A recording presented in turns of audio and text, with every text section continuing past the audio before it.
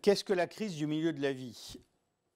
C'est quelque chose qui a été décrit par un Américain qui s'appelait Elliot Norman et qui a décrit la crise du milieu de la vie. Si on considère qu'une vie, c'est de nos jours à peu près 85-86 ans, donc c'est autour de la quarantaine ou 40-45 ans que la crise du milieu de la vie peut survenir. Ce n'est pas une maladie. Alors on a parlé de la crise de l'adolescence, donc on a voulu faire cela comme ça.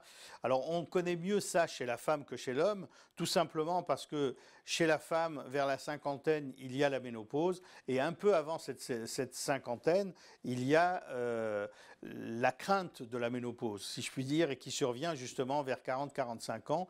Et pour peu qu'on soit dans un creux de sa propre vie, on va considérer que c'est une crise, et c'est à partir de là qu'on va se dire je me sens plus fatigué, j'ai plus de mal à travailler, j'ai moins d'envie qu'avant, etc. Et on va considérer que ça fait partie de cette crise du milieu de la vie.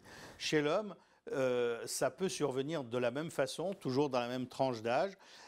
Pour lui, ça va souvent démarrer par soit des problèmes professionnels qui vont lui induire un doute quant à lui-même, il va avoir moins confiance en lui, il peut avoir des pannes d'érection répétitives et il va se dire vraiment c'est la crise en ce moment et pour peu qu'il ait 45 ans, il va se dire c'est le début de la vieillesse alors que ce n'est pas du tout le cas, mais il va le considérer comme tel.